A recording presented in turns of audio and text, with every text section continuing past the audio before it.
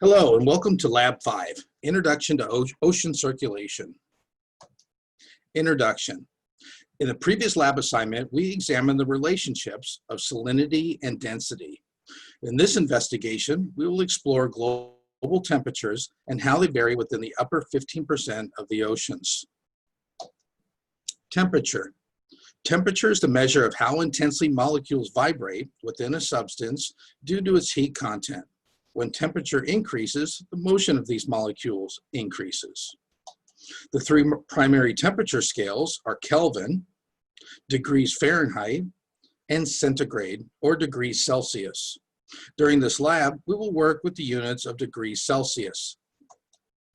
Under the scale of degrees Celsius, the freezing point of water is at 0 degrees, while boiling point is at 100 degrees.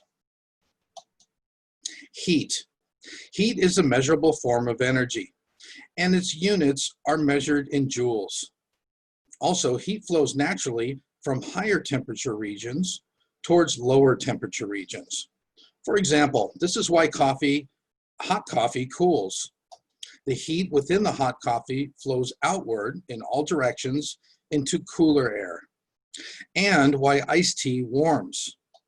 Heat in the surrounding air from all directions flows into the cooler iced tea.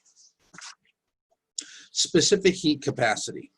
Specific heat capacity is the amount of heat required to raise the temperature of 1 gram of a substance by 1 degree Celsius. Liquid water has one of the highest known specific heat capacities, which means that water can absorb and release relatively large amounts of heat with relatively little change in its temperature. This is why sand can contain considerably more heat than water under the same heat source. It also explains the onset of hypothermia from soaking in water cooler than your body temperature. Heat flows from the body into the cooler water while the water's temperature remains relatively unchanged. Water's high heat capacity also explains why coastal air temperatures tend to show less variations than inland air temperatures. During the day, coastal waters absorb large amounts of heat, minimizing the change in coastal temperatures.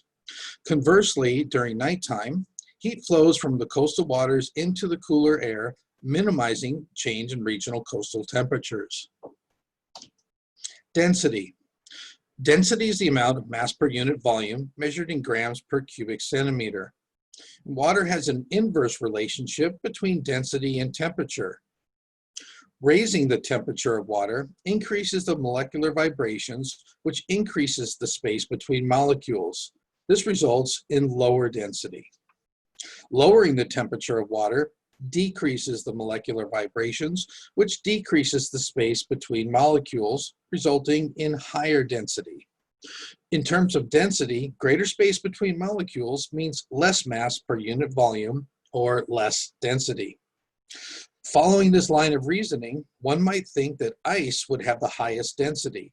However, as liquid water freezes, crystallization produces relatively large separations between molecules, creating less mass per unit volume or less density when frozen. Thus, this explains why lower density ice floats on higher density liquid water. This concludes Lab 5, Introduction to Ocean Circulation. It's now time to begin your lab assignment. To assist you, a separate video tutorial is provided for each section. Begin with Video 2, Part A, Exploration of Heat Capacity of Land and Sea. And please address your questions to your lab TA.